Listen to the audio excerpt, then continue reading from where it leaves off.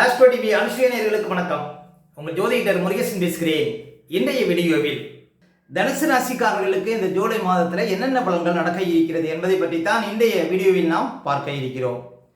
தமிழுக்கு பராப வருடம் ஆணி மாதம் 17ஆம் தேதி முதல் ஆடி மாதம் 15ஆம் தேதி வரை, ஆங்கில தேதிக்கு ஜூலை 1ஆம் தேதி முதல் 31ஆம் தேதி வரை.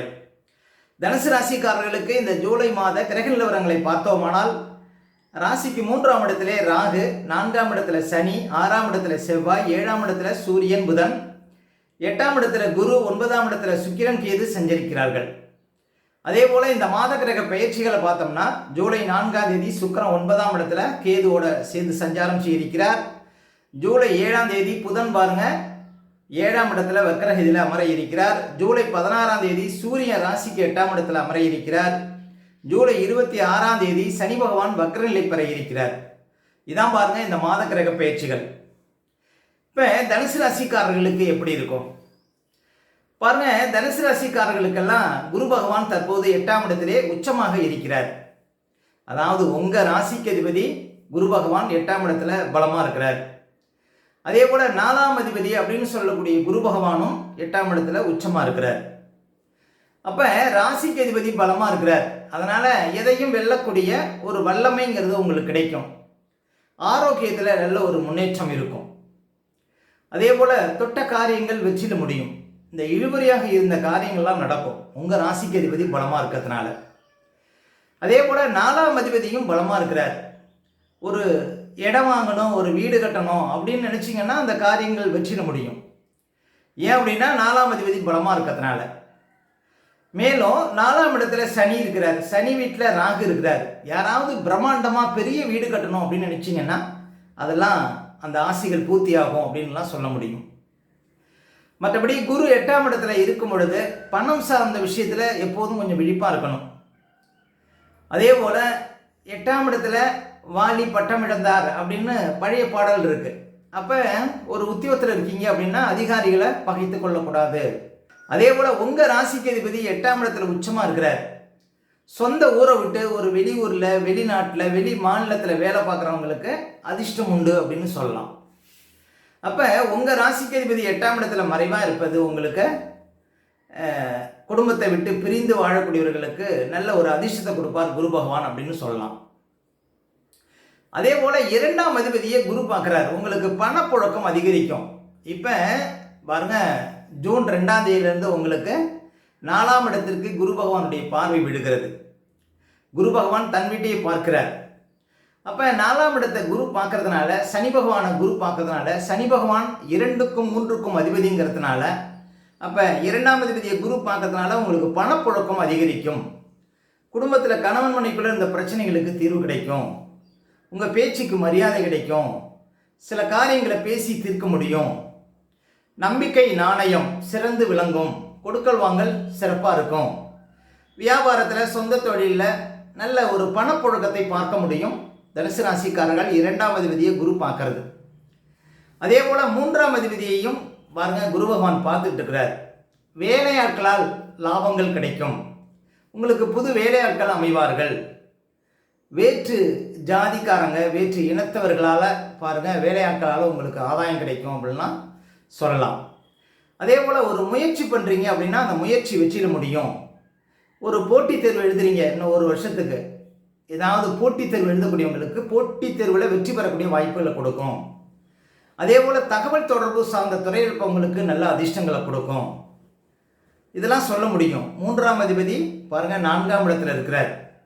அதை குரு பகவான் பார்க்குறார். அப்போ சனி பகவானை குரு பகவான் பார்ப்பது உங்களுக்கு இந்த அர்த்தாஷ்டம சனியினுடைய தாக்கம் உங்களுக்கு இருக்காது அப்படின்னு சொல்ல முடியும். அப்போ பாருங்க, உங்களுக்கு சனியினால பெரிய கெடுபரங்கள் இனிமேல் இருக்காது. ஏன்னா குரு பகவானுடைய பார்வை சனி பகவானுக்கு இருப்பதனால. அதே போல் இந்த மாதம் பாருங்க 6ஆம் இடத்துல செவ்வாய் இருக்கிறார். பொதுவாக செவ்வாய் 6ஆம் இடத்துல இருப்பது சிறப்புங்க. மேலும் அந்த செவ்வாய் 12ஆம் இடத்தை பார்க்குறார், தன் வீட்டையே பார்க்குறார். அப்போ சுப செலவுகளை கொடுக்கும். வாகன செலவுகள், பூமி சம்பந்தப்பட்ட செலவுகள், ஒரு வீடு கட்டுறது, இடம் வாங்கிறது, இது போன்ற செலவுகள் செய்ய முடியும் 12ஆம் இடத்தை செவ்வாய் பார்ப்பது. அதே போல் செவ்வாய் 6ஆம் இடத்துல இருக்கும்போது நம்ம ஒரு காரியத்துக்காக போகிறோம் அப்படின்னா அந்த காரியம் வெற்றியாகும். 6ஆம் இடத்துல செவ்வாய் இருப்பது முயற்சிகளில் வெற்றி கிடைக்கும் அப்படின்லாம் சொல்ல முடியும். அதே போல் 7ஆம் இடத்துல புதன் பலமாக இருக்கிறார். அதுவும் ஜூலை ஒரு 7ஆம் தேதிக்கு அப்புறம் பாருங்கள், உங்களுக்கு பயணத்தால் லாபம் அப்படின்லாம் சொல்ல முடியும். ஒரு வெளிநாடு போகிறீங்க, ஒரு வெளியூர் போகிறீங்க, ஒரு வண்டி வாகனம் வச்சுருக்கீங்க அப்படின்னா அதன் மூலம் ஆதாயம் கொடுக்கும். பண்ணை தொழில் வச்சுருக்கக்கூடியவங்களுக்கு ஜூலை 7ஆம் தேதிக்கு பிறகு பாருங்கள் அதிர்ஷ்டத்தை கொடுக்கும் அப்படின்லாம் சொல்ல முடியும். அப்போ கேந்திராதிபதி பலமாக இருக்கிறார். ஒரு சிலருக்கு நல்ல வாழ்க்கை துணை அமைவதற்கும் வாய்ப்பு இருக்குது. தனுசு ராசி ஆண்களாக இருந்தாலும் பெண்களாக இருந்தாலும், இப்போ குரு 8ஆம் இடத்துல இருந்தாலும் உங்களுக்கு 7ஆம் அதிபதி பலமாக இருக்கிறார். அப்போ ஒரு சிலருக்கு நல்ல வரன் அமைவதற்கான வாய்ப்புகளை கொடுக்கும் அப்படின்லாம் சொல்ல முடியும். அதே போல் 7ஆம் அதிபதி பலமாக இருக்கிறதுனால நல்ல நண்பர்கள் அமைவார்கள், நல்ல ஒரு தொழில் பார்ட்னர் உங்களுக்கு அமைவாங்க அப்படின்லாம் சொல்ல முடியும். புதன் 7ஆம் இடத்துல பலமாக இருந்து உங்கள் ராசியை பார்க்கறது. மேலும் புதனோட பாக்கியாதிபதி சூரியனும் இருக்கிறார். இப்போ சூரியனும் உங்கள் ராசியை பார்க்குறார். ஜூலை 16ஆம் தேதி வரையும் சூரியனும் உங்கள் ராசியை பார்த்துட்டு இருப்பார். இது பாருங்கள் உங்களுக்கு நிர்வாக திறமையை கொடுக்கும், நல்ல கௌரவத்தை கொடுக்கும், அதிர்ஷ்டத்தை கொடுக்கும் அப்படின்லாம் சொல்ல முடியும். அதே சூரியன் பாருங்கள் 8ஆம் இடத்துக்கு போகிறார். ஜூலை 16ஆம் தேதிக்கு அப்புறம் சூரியன் 9 கூடியவன் 8ஆம் இடத்துல மறைகிறாருங்க. அப்போ உங்கள் ராசிக்கு அதிபதியோட சூரியன் சேர்க்கை பெறுகிறார்.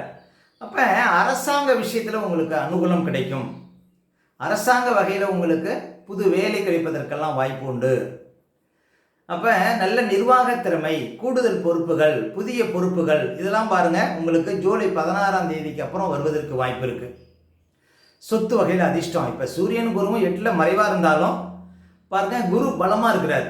அப்போ திடீர் அதிர்ஷ்டம், திடீர் யோகம் இதெல்லாம் பாருங்கள் உங்களுக்கு கிடைப்பதற்கு வாய்ப்பு இருக்குது அப்படின்லாம் சொல்ல முடியும். அதே போல் முக்கியமாக பாருங்கள், சுக்கிரன் இந்த மாதம் கேதுவோட சஞ்சாரம் செய்கிறார். ஜூலை 10 to 13 இந்த 4 நாட்களும் சுக்கிரன் கேதுவோட நெருக்கமாக இருப்பார். சுக்கிரன் பாருங்கள் உங்களுக்கு 6ஆம் அதிபதி. சுக்கிரன் பாருங்கள் உங்களுக்கு 6ஆம் அதிபதி. அப்போ 6ஆம் அதிபதி கேது நோக்கி போகிறதுனால பாருங்கள் புது கடன். அதே போல் தனுசு ராசி ஆண்களுக்கு பெண்களாலையும், தனுசு ராசி பெண்களுக்கு ஆண்களாலையும் சில சங்கடங்கள் வருவதற்கு வாய்ப்பு இருக்குது. அதே போல் தகப்பனாருக்கு ஏதாவது திடீர் மருத்துவ செலவுகள், தகப்பனார் வழி சொந்தங்கள் மூலம் ஏதாவது திடீர் வழக்குகள் இதெல்லாம் வருவதற்கான ஒரு சாத்தியக்கூறுகள் உண்டு அப்படின்னு சொல்ல முடியும். அதே போல் கோணத்தில் சுக்கிரன் கேதோடு இருக்கிறார். அப்படிங்கும்போது வண்டி வாகன விஷயத்தில் கொஞ்சம் கவனமாக இருக்கணுங்க, விழிப்பாக இருக்கணுங்க தனுசு ராசிக்காரர்கள் இந்த ஜூலை மாதத்தில். மொத்தத்தில் தனுசு ராசிக்காரர்களுக்கு இந்த மாதம் பாருங்கள் புதன் பகவான் ராசியை பார்க்குறார். பெருமாள் வழிபாடு உங்களுக்கு யோகத்தை கொடுக்கும். அதே போல் குரு பகவான் பலமாக இருக்கிறார். சித்தர் வழிபாடு இதெல்லாம் பாருங்கள் உங்களுக்கு நன்மையை தரும் அப்படின்னு சொல்லலாம். மேலும் ஆரோக்கியத்தில் நல்ல ஒரு முன்னேற்றம் இருக்கும். சொந்த தொழில் வியாபாரத்தில் இந்த மாதம் நல்ல ஒரு வளர்ச்சியை பார்க்க முடியும் தனுசு ராசிக்காரர்கள். அடுத்த தனுசு ராசிக்காரர்களுக்கு சந்திராஷ்டமம். இப்போ தனுசு ராசிக்காரர்களுக்கு இந்த மாதம் எந்த தேதிகளில் சந்திராஷ்டமம் வரும் அப்படின்னு பார்த்தீங்கன்னா, இந்த ஜூலை 14, 15, 16 இந்த தேதிகளில் உங்களுக்கு சந்திராஷ்டமம் இருக்குங்க. இந்த தேதிகளில் மட்டும் கொஞ்சம் கவனமாக இருக்கணும். சந்திராஷ்டம தினங்களில் தான் நம்முடைய உடல்காரகன் மனோகாரகன் என்று சொல்லக்கூடிய சந்திரன் 8ல் மறையும் பொழுது நம்ம உடல் ரீதியாகவும் மன ரீதியாகவும் அந்த நாட்களில் பாதிப்படைவோம். அந்த நாட்களில் தாங்க இந்த பதட்டம், படபடப்பு, தெளிவில்லாத நிலை, மனக்குழப்பம் இதெல்லாம் கொடுக்கும். அதனால தான் சந்திராஷ்டம தினங்களில் புது முயற்சிகளை தவிர்க்கணும். அதே போல் வண்டி வாகனத்தில் செல்லும்போது பாதுகாப்பு கவசங்கள்லாம் கண்டிப்பாக அணியணுங்க. மற்றவங்கள்ட்ட பேசும்போதும் ரொம்ப நிதானமாக பேச வேண்டிய நாள் பார்த்தீங்கன்னா இந்த சந்திராஷ்டம தினங்கள். அதனால் சந்திராஷ்டம தினங்களை அனுசரிங்கள், வாழ்க்கையில் வளம் பெறுங்கள்.